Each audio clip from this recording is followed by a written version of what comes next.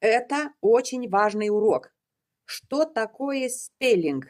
Я кратко покажу вам, как итальянский алфавит можно прочитать с помощью спеллинга. А на следующем уроке я расскажу подробнее, для чего он нам важно нужен и почему и где его можно использовать. Посмотрите это видео несколько раз. Напишите в комментариях, если вы уже знаете, о чем идет речь, и напишите, что этот урок нужен вам, я сделаю вторую часть, и мы подробно поговорим об этом. Если же комментариев не будет, значит, вам это не интересно, и продолжений я не буду делать.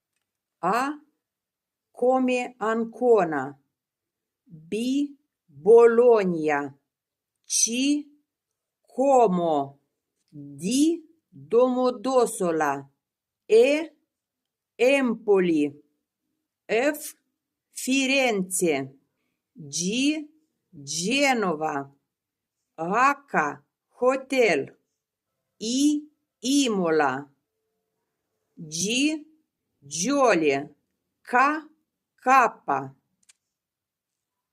L Livorno, M Milano, N Napoli, O Otranto, P Padova, Q Quadro, R Roma, S Savona, T Torino, U Udine, V come Venezia, W X Jerez и Lungo, можно сказать йогурт, Z Zara,